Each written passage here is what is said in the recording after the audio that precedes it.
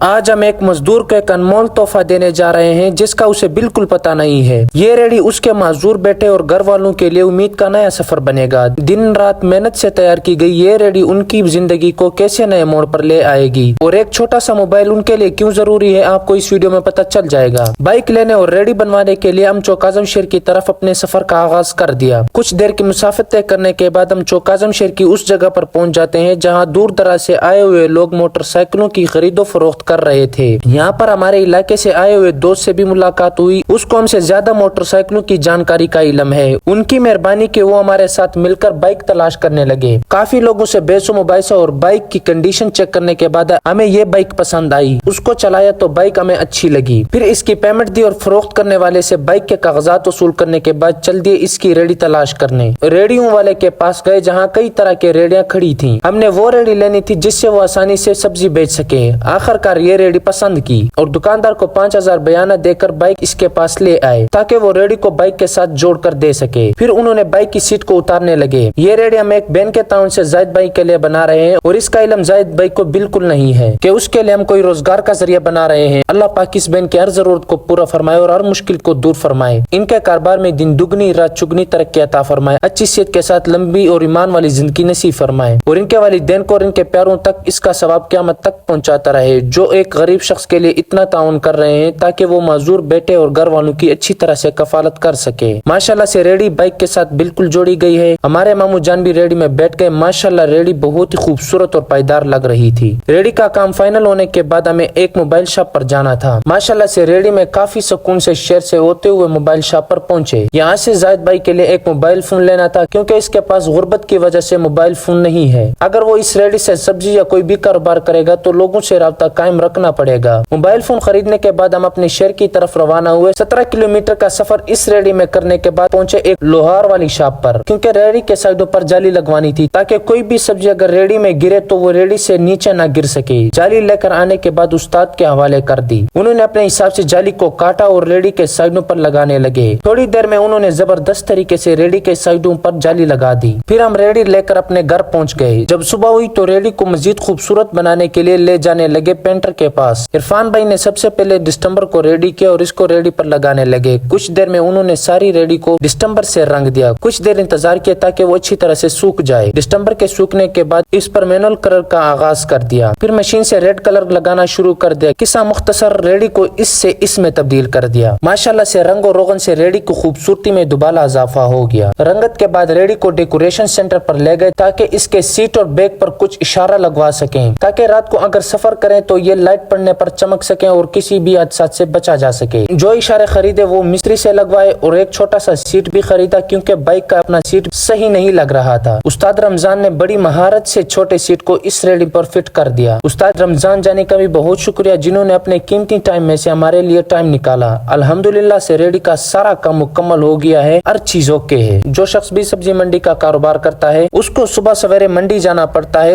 تو اس لیے ہم نے بھی 6:49 پر اپنے منڈی کی طرف سفر کا آغاز کر دیا۔ زاہد بھائی کو اس ریڑھی اور اس میں سبزی کا کوئی علم نہیں ہے کہ اللہ پاک اس کے لیے رزق کا کوئی انتظام کر رہا ہے۔ ہم پہنچے سبزی منڈی چوک اعظم۔ منڈی میں کافی رش تھا۔ ہماری بات گلزار بھائی سے ہوئی تھی کہ ہم منڈی آئیں گے سبزی لینے۔ گلزار بھائی سبزی کا کام کرتے ہیں اور ان کے ہاں مسجد پر بھی کام کر رہے ہیں۔ ہمیں گلزار بھائی منڈی میں مل گئے۔ گلزار بھائی نے ہماری کافی مدد کی کیونکہ منڈی اور سبزیوں کا انہیں بہت زیادہ علم ہے۔ ہم نے گوبھی، پیاز، شلجم، بینگن، ٹماٹر یعنی کہ جو بھی چیزیں سبزی میں استعمال ہوتی ہیں وہ خرید کر دی۔ ہم نے ایک ایک کر کے سبزیاں اپنے ریڑھی میں رکھ دی۔ واپسی پر ٹائم بھی 8:12 کا ہو گیا تھا۔ اب اس ریڑھی کو زاہد بھائی کے حوالے کرنے کا ٹائم تھا اور ان کا ریئیکشن دیکھنا تھا کہ وہ کیا کہتے ہیں۔ پھر ہم شہر پہنچے اور کچھ کریٹس کو خریدا تاکہ گٹوں میں رکھے ہوئے سبزیوں کو ان کریٹس میں رکھ سکیں۔ ہم نے ساری سبزیوں کو اچھی طرح سے ریڑھی میں سیٹ کر دیا تاکہ ہر ایٹم اچھی طرح سے نظر آ سکے۔ ابھی سبزی سیٹ ہی کی تھی کہ ایک انکل آئے اور ان کو 600 روپے کی فروخت کر دی۔ پھر ہم زاہد بھائی کو ڈھونڈنے گئے۔ پہلے تو وہ گھر نہیں تھے لیکن اچانک پتہ چلا کہ وہ گھر کی طرف گئے۔ ہم بھی اس کے گھر پہنچے۔ ان کو کہا کہ آپ آئے یہ ریڑھی دیکھیں، اگر ممکن ہوا تو آپ کے لیے بھی ایسی کوئی ریڑھی کی کوشش کریں گے۔ ہم نے یہاں پر ایک دوست کو کہا کہ آپ ریڑھی کو کچھ دیر کے لیے سنبھالیں اور زاہد بھائی کو یہ دکھائیں کہ یہ ریڑھی آپ نے اپنے لیے بنائی ہے۔ انہوں نے کہا ٹھیک ہے۔ تو اتنے میں زاہد بھائی پہنچے۔ ان کو کہا کہ یہ ریڑھی دیکھیں کیسی ہے۔ کہا یہ آپ اس طرح سے ریڑھی چلا لوگے؟ کچھ سبزیاں دکھائی۔ پھر ہم نے کہا کہ یہ اللہ پاک نے آپ کے لیے گفٹ بھیجا ہے، یہ ریڑھی آپ کی ہے۔ اسے یقین نہیں ہو رہا تھا کہ یہ ریڑھی ان کی ہو سکتی ہے۔ پھر ہم نے جو موبائل ان کے لیے خریدا تھا وہ بھی زاہد بھائی کے حوالے کیا کہ اس میں سم ڈالیں اور لوگوں کے ساتھ رابطہ قائم کریں، اور یہ بھی کہا کہ یہ ریڑھی آپ کے بچوں کی روزی ہے، اس کو سیل نہ کرنا، آپ کے بیٹے کی وجہ سے جو معذور ہے اس کی وجہ سے ملا ہے، تاکہ آپ اس کی اچھی طرح سے کفالت کر سکیں۔ انہوں نے بھی اس بات کی یقین دہانی کرائی کہ میں کبھی نہیں بیچوں گا،